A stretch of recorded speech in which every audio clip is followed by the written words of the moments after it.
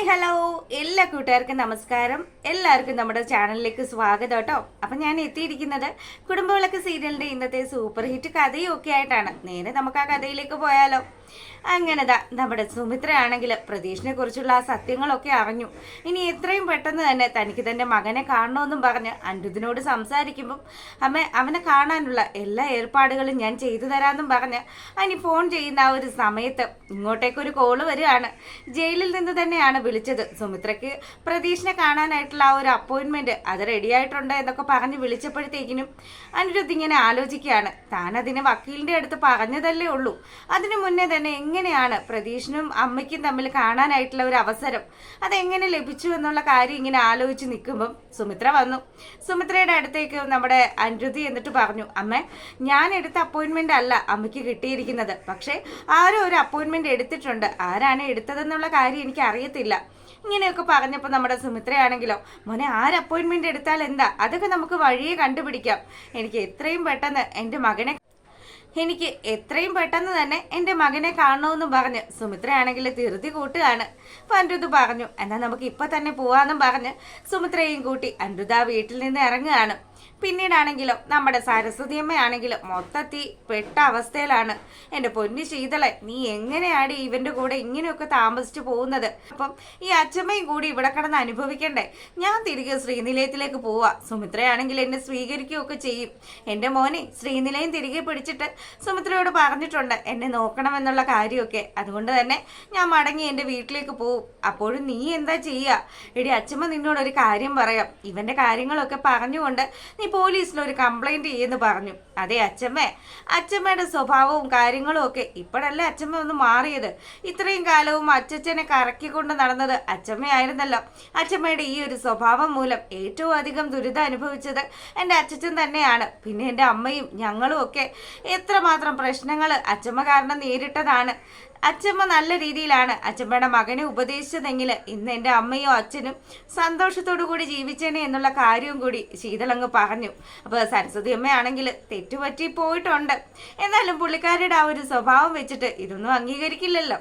അപ്പം ഞാനൊരു കാര്യം ചെയ്യാം, സച്ചിൻ്റെ പേരിൽ ഞാൻ പോലീസിൽ കംപ്ലൈൻറ്റ് ചെയ്യാം. അവരെടുത്തുകൊണ്ട് പോയി 2 കുടയിൽ കുടയുമ്പോൾ സച്ചിൻ സത്യങ്ങൾ പറയും. അതുമാത്രമല്ല അവൻ്റെ ഈ വട്ടുമൊക്കെ അങ്ങ് മാറും. അതിനുവേണ്ടി അച്ഛമ്മ ഒരു കംപ്ലൈൻറ്റ് കൊടുക്കട്ടെ എന്ന് ചോദിച്ചു. വേണ്ട അച്ഛമ്മേ, സച്ചിൻ്റെ അടുത്ത് നമ്മൾ ഇടപെടേണ്ടത് സ്നേഹത്തോടു കൂടി തന്നെയാണ്. അതുകൊണ്ട് അവനെ തന്ത്രപൂർവ്വം സ്നേഹപരമായി ഞാൻ കാര്യങ്ങളൊക്കെ പറഞ്ഞു മനസ്സിലാക്കി മാറ്റിയെടുത്തോളാം. അച്ഛമ്മയ്ക്ക് ഇനി ഇവിടെ നിൽക്കാൻ പറ്റില്ലെങ്കിൽ അച്ഛമ്മ തിരികെ പൊയ്ക്കോന്ന് പറഞ്ഞു.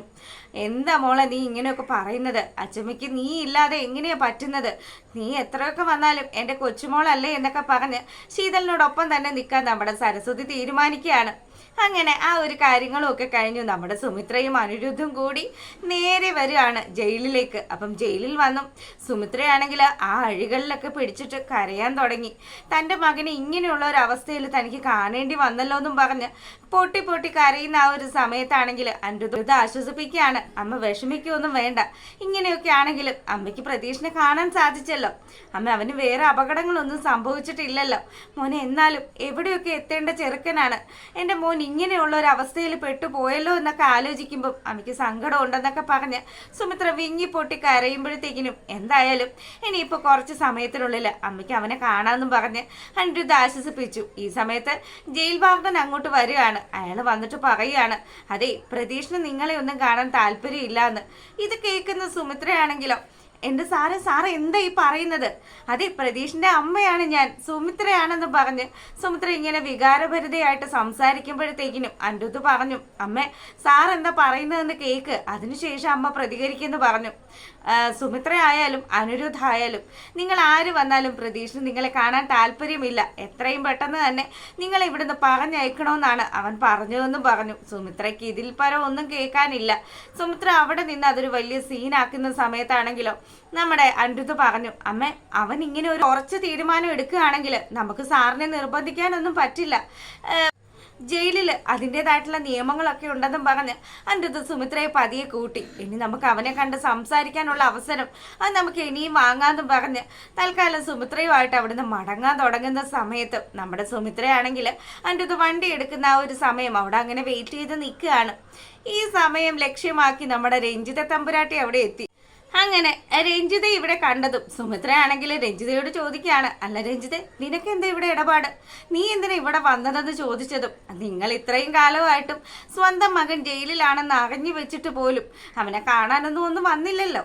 അവന്റെ എല്ലാ കാര്യങ്ങളും അറിഞ്ഞ് അവന് വേണ്ടിയിട്ടുള്ള ജാമ്യം വരെ എടുക്കുന്ന കാര്യങ്ങളൊക്കെ ചെയ്തിട്ടാണ് ഞാൻ ഇവിടെ നിൽക്കുന്നതെന്നും പറഞ്ഞ് രഞ്ജിത വലിയ കാര്യത്തിന് സംസാരിച്ചു. സുമിത്രയ്ക്കാണെങ്കിലും അപ്പം ഇതിനൊക്കെ പിറകിൽ നീ തന്നെയാണല്ലേ, എന്തായാലും നീ വിചാരിക്കുന്നത് പോലെയൊന്നും കാര്യങ്ങൾ നടക്കില്ല എന്നും പറഞ്ഞ് സുമിത്ര സംസാരിച്ചതും, അതെ, നീ പണ്ട് വളർത്തിവിട്ട നിന്റെ പ്രതീക്ഷ അല്ല അകത്ത് കിടക്കുന്നത്. ഒരു കൊലയാളിയാണവൻ. അവനെ ഏതൊക്കെ രീതിയിൽ ട്രീറ്റ് ചെയ്യണമെന്നും എന്തൊക്കെ പറഞ്ഞ് കൂടെ നിർത്തണമെന്നും നല്ല രീതിയിൽ തന്നെ എനിക്കറിയാം. അപ്പൊ സുമിത്രയാണെങ്കിൽ നീ എന്താ ഉദ്ദേശിക്കുന്നത്? നീ എന്റെ മകനെ ചതിവിൽപ്പെടുത്തി അവനെ നിന്റെ കൂടെ നിർത്താനാണോ നിന്റെ ഉദ്ദേശം എന്നൊക്കെ ചോദിച്ചു സുമിത്ര ഇങ്ങനെ സംസാരിക്കുമ്പോഴത്തേക്കിനും രഞ്ജിത പറയാണ്, അതേടി, നീ എന്റെ രോഹിതേട്ടനെ തട്ടിയെടുത്തു. അദ്ദേഹവുമായിട്ട് നല്ല സുഖസുന്ദരമായിട്ട് നീ ജീവിച്ചു. അതൊക്കെ അതിനൊക്കെയുള്ള ഒരു അവസരം നിനക്ക് കിട്ടിയില്ലേ? ഇനി ഈ രഞ്ജിതയുടെ കാലമാണ്. ഈ രഞ്ജിത തീരുമാനിക്കും നിന്റെ മകൻ നിന്നെ സ്നേഹിക്കണോ നിന്നെ തള്ളിക്കളയണോ എന്നുള്ള കാര്യം. അതുകൊണ്ട് ജയിലിൽ നിന്നും ഇറങ്ങുന്ന പ്രതീക്ഷ പുതിയൊരാളായിരിക്കും. അവൻ ഒരിക്കലും സുമിത്രയോട് സ്നേഹമുള്ള ഒരു മകനായിരിക്കില്ല എന്നും പറഞ്ഞ് രഞ്ജിത സുമിത്രയെ വെല്ലുവിളിക്കുകയാണ്. അപ്പൊ ഈ സമയത്താണെങ്കിലോ, എടി, നീ എന്തറിഞ്ഞിട്ടാണ് ഇപ്പൊ നീ പറഞ്ഞു കൊടുത്തതനുസരിച്ച് അവൻ എന്തൊക്കെയോ ഒരു തെറ്റിദ്ധാരണയുടെ പുറത്താണ് എന്നെ കാണേണ്ട എന്നൊക്കെ പറഞ്ഞത്. പക്ഷേ ഈ അമ്മ ഏതൊക്കെ രീതിയിലാണ് ജീവിച്ചു വന്നത് എന്ന് എൻ്റെ മകന് നല്ല രീതിയിൽ തന്നെ അറിയാം. അതുകൊണ്ട് എൻ്റെ കണ്ണ് നിറഞ്ഞാൽ എൻ്റെ പ്രതീക്ഷ കണ്ടു നിൽക്കില്ല എന്നും പറഞ്ഞ് സുമിത്ര ഇങ്ങനെ കാര്യങ്ങൾ പറഞ്ഞു. അപ്പൊ രഞ്ജിത, നമുക്ക് കാണാം സുമിത്ര, എന്താണ് നടക്കാൻ പോകുന്നതെന്ന് നമുക്ക് കാണാമെന്നും പറഞ്ഞ് രഞ്ജിത ഇങ്ങനെ വലിയ രീതിയിൽ ഇങ്ങനെ സംസാരിച്ച് നിൽക്കുമ്പോഴത്തേക്കിനും നമ്മളെ കാണിക്കുന്നത് നമ്മുടെ പൂജയാണ്. പൂജയാണെങ്കിൽ ഓഫീസിലേക്ക് പോകാൻ തുടങ്ങുക. അപ്പൊ ഈ സമയത്ത് തന്നെ അനന്യ വന്നിട്ട് ചോദിക്കുന്നുണ്ട്, അതെ, ഇത്രയൊക്കെ ചെയ്തു വെച്ചിട്ട് നിനക്ക് സമാധാനമായോ പൂജയെന്ന് ചോദിച്ചതും, എന്താ ചേച്ചിക്ക് എന്താ പ്രശ്നം? ഞാനും അനിരുദ്ധും അമ്മയോട് പറയരുത് എന്ന് വിചാരിച്ച കാര്യം അത് നീ എന്തിനാ പറഞ്ഞത്? എന്തെങ്കിലും സത്യങ്ങൾ അറിഞ്ഞു കഴിഞ്ഞാൽ അനന്യ ഇങ്ങനെ സംസാരിച്ചു. അപ്പം ഇതൊക്കെ കേട്ടുകൊണ്ട് പൂജയാണെങ്കിലോ, ചേട്ടനും ചേച്ചിയും കൂടി ചെയ്തു വെച്ച കാര്യങ്ങളൊന്നും അറിയാതെയല്ല ഞാൻ പ്രവർത്തിച്ചത്. പിന്നെ അമ്മയുടെ അടുത്ത് കള്ളത്തരം പറഞ്ഞിട്ട് എന്ത് നേട്ടമാ ചേച്ചിക്ക് കിട്ടുന്നതെന്ന് പറഞ്ഞു. ഒരു നിമിഷം നമ്മുടെ അനന്യ ഒന്നും മിണ്ടാതെ നിൽക്കുകയാണ്. ഇനി സ്വരമോളെ കുറിച്ചിട്ടുള്ള കാര്യങ്ങളൊക്കെ ഇവൾ അറിഞ്ഞിട്ടാണോ ഇങ്ങനെ സംസാരിക്കുന്നത് എന്നുള്ള രീതിയിൽ. അപ്പം പൂജയാണെങ്കിലോ, എനിക്ക് നിങ്ങളോട് സംസാരിക്കേണ്ട ആവശ്യമൊന്നുമില്ല. എന്തായാലും നിങ്ങൾ ചെയ്തത് തെറ്റാണ്. നിങ്ങളും അനിരുദ്ധേട്ടനും ഒക്കെ ചെയ്തു വെച്ചത് എനിക്കറിയാമെന്നും പറഞ്ഞ് പൂജ അവിടെ നിന്ന് പോവുക. അപ്പം ഈ സമയത്ത് പ്രതീക്ഷ തിരികെ വരട്ടെ. പ്രതീക്ഷ വന്നു കഴിഞ്ഞാൽ അവനെ എങ്ങനെ നിലക്ക് നിർത്താമെന്നുള്ള കാര്യമൊക്കെ നല്ല നിശ്ചയമുണ്ട് എനിക്കെന്നുള്ള രീതിയിൽ നമ്മുടെ അനന്യ ചിന്തിച്ചിരിക്കുന്നത് കാണിച്ചുകൊണ്ടാണ് നമ്മുടെ കുടുംബവിളക്കിൻ്റെ ഇന്നത്തെ വിശേഷം അവസാനിക്കുന്നത്.